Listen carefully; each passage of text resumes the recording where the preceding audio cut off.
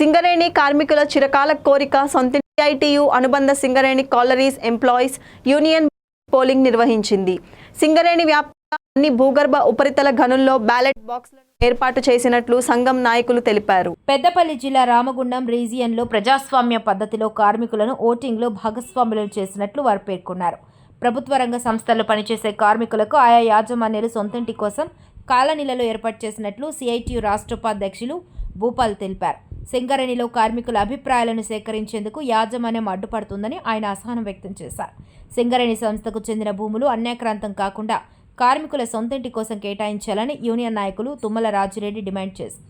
సాయంత్రం జరిగే ఓట్ల లెక్కింపు ఫలితాల ఆధారంగా కార్మికుల డిమాండ్లను అన్ని యూనియన్లు బలపరచాలని వారు కోరారు. ప్రకృతి విరుద్ధంగా భూగర్భంలో పనిచేసిన కార్మికునికి పదవి విరమణ సమయానికి గూడు లేకుండా పోతుందని వారు ఆవేదన వ్యక్తం చేశారు. యాజమాన్యం సంస్థ స్థలాలను కార్మికులకు కేటాయిస్తే హెచ్ఆర్ఏను ఈఎంఐ రూపంలో చెల్లించి సొంతింటి కలను సహకారం చేసుకునే అవకాశం ఉందన్నారు. గుర్తింపు ప్రాతినిధ్య సంఘాలతో పాటు సింగరేణి యాజమాన్యం కార్మికుల న్యాయమైన సొంతింటి కలను నెరవేర్చేందుకు కృషి చేయాలని సిఐటియు నాయకులు సూచించారు. సొంతింటి కల సహకారం కోసం బ్యాలెట్ పోలింగ్లో కార్మికులు ఉత్సాహంగా పాల్గొన్నారు. మిత్రులందరికీ నమస్కారం. నా పేరు భూపాల్, సిఐటి రాష్ట్ర ఉపాధ్యక్షుని. ఈరోజు సింగరేణి వ్యాప్తంగా సింగరేణి కార్మికులకు సొంతింటి కళ కోసము సిఐటి ఆధ్వర్యంలో ఈరోజు బ్యాలెట్ ప్రోగ్రాం జరుగుతూ ఉంది. కార్మికులందరూ కూడా చాలా ఉత్సాహంగా పాల్గొని ఓట్లు వేస్తూ ఉన్నారు. ఈ పరిస్థితుల్లో సింగరేణి యాజమాన్యం కావచ్చు, గుర్తింపు సంఘాలు కావచ్చు, ప్రాతినిధ్య సంఘాలు అనేక ఆటంకాలు సృష్టిస్తూ ఉన్నాయి. ఈరోజు ఈ కార్యక్రమానికి రాకుండా అనేక రకాల ఇబ్బందులు పెట్టారు. లోపల బాక్సులు పెట్టకుండా ఆటంకాలు కల్పించారు. అలాగే భయప్రాంతాలకు గురి చేసినటువంటి పరిస్థితుల్లో కూడా ఈరోజు అన్ని మైన్స్ మీద పెద్ద ఎత్తున ఈ కార్యక్రమంలో కార్మిక సోదరులందరూ పాల్గొంటూ ఉన్నారు. వారికి అందరికీ సిఐటి తరఫున ప్రత్యేకంగా ధన్యవాదాలు తెలియజేస్తూ ఉన్నాను. మనం సొంతింటి కళ సాధించుకోవాల్సినటువంటి అవసరం కూడా ఉంది. ఈరోజు సింగరేణి యాజమాన్యం యొక్క నిర్లక్ష్య వైఖరి, గుర్తింపు సంఘాల యొక్క నిర్లక్ష్య వైఖరి వల్ల అనేక రకాల సమస్యలు పెండింగ్లో ఉన్నాయి. కాబట్టి ఏదేమైనా ఈ కార్మికుల నుంచి వచ్చినటువంటి అభిప్రాయాల్ని మళ్ళీ సింగరేణి యాజమాన్య దృష్టికి, ప్రభుత్వం దృష్టికి తీసుకొని వచ్చి సొంతింటి కళ సాధించే వరకు సిఐటి పోరాటం చేస్తుందని చెప్పి సందర్భంగా తెలియజేస్తూ ఉన్నాం. Singareni calls employees union Singareni వ్యాప్తంగా సింగరేణి కార్మికులకు సొంతిల్లు ఇవ్వాలని గత 3 సంవత్సరాల కాంచెల్లి యాజమాన్య దృష్టికి, ప్రభుత్వం దృష్టికి, అన్ని కార్మిక సంఘాల దృష్టికి ఇవ్వాలని ఇలా విజ్ఞప్తి చేస్తున్నాం. దాంట్లో భాగంగానే కార్మికులందరూ సుముఖంగా ఉన్న కార్మిక సంఘాలు, యాజమాన్యాలు అందరూ కూడా ఇస్తే కంపెనీ లాభం, ప్రభుత్వం లాభం, కార్మికుల లాభం అని ఆలోచిస్తున్నా దీనికి ముందడుగు పడతలేదు.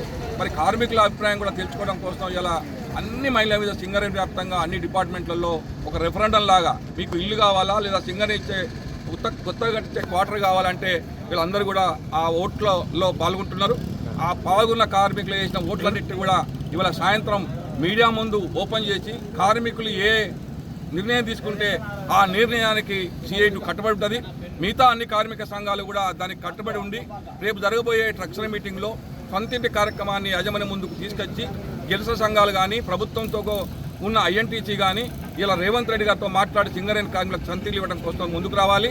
ఇవాళ దేశంలో, రాష్ట్రంలో అన్ని కంపెనీలకు కూడా కాలనీలు ఉన్నాయి. వాళ్లకు రుణ సదుపాయం కల్పిస్తున్నారు.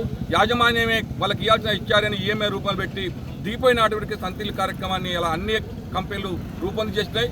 అందులో భాగంగానే సింగరేణి కార్మికులు కూడా మాకు కొంచెం జాగా చూపిస్తే మేమే లోన్ తీసుకొని ఆ కంపెనీ ఇచ్చే హెచ్ఆర్ఏని మేము ఈఎంఐ పెట్టుకొని 5-10 సంవత్సరాలలో మా సొంతిల్లు రావడానికి అవకాశం ఉంది.